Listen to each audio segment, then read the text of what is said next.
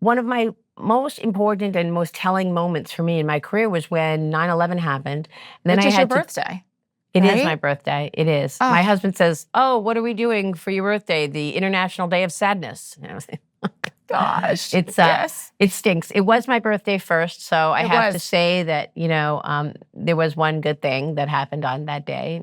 My birthday. Yes, and we But get to still celebrate that no matter what. I was down on the floor of the New York Stock Exchange on that dreadful day, and I watched the second plane go into the second tower, and it was just devastating staying there all day and then working there for the months that followed.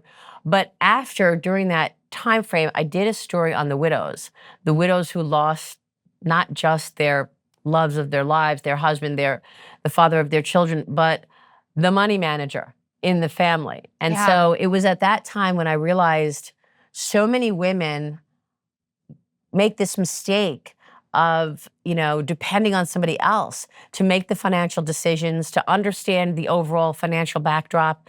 It's not good. No. And it's really important to take away all of the fear and not think that it's not brain surgery. I did not come from a big business family. I mean, first of all, your dad, thank you to your father for his incredible service to our great country. Thank you. I'll tell him. My family is also a military family, and I'm deeply, deeply proud of my uncles and my dad and my grandfathers for their service that they've given to our country. But, I think that women need to understand that at the end of the day, they must understand the backdrop of the finances of the family. Yes. The money coming in and the money needing to go out. Without a handle on that, it's really difficult to put a path to the future together. So I think that was one of the first times that I recognized how, unprepared so many women are. Yes. And these women were devastated. Thank God there were so many good Samaritans out there that helped them pay their mortgage, that helped them when they lost their husbands, because they were young families, they were raising kids, and they just lost everything. Was that your idea? Yeah, the 9/11 widows. Yes, it was. Yeah. We producers throwing story ideas, but I figured that was yours. And again, as a woman, I can't imagine that. That's one of the things that you don't think about, as a viewer, or just from, Kansas watching with what happened in the aftermath of 9/11. And that's crucial because they're trying to just be in their emotions, and they have children or whatever it is.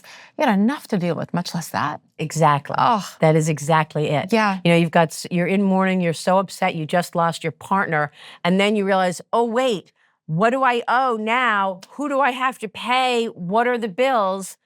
No clue. Don't even know the bills. Like I didn't. And then it's embarrassing. Right. I found it very embarrassing. It is. That I allowed that to happen. It feels embarrassing, but it's really not embarrassing. But you're right. When you actually come out of it and say, how did I not know that stuff? It does feel embarrassing. It does. Because I have the ability, I have the space in my brain, barely, to be able to begin to comprehend. But I ran away from it. You left it to your partner. I did. That wasn't your thing. Yeah, we all have things and lanes and a lot going on, but better late than never. And then the lesson is what? Okay, I need to teach my kids, in particular my daughters, to not wait and not let others. It doesn't mean, these are team decisions when you're married, right? You're doing these things together, but to be able to have the comprehension on both sides, not just one side. I think it's such a great point that you made, and that's what I learned from my mom. My mom was always working, and not only was she always working, she always had a plan.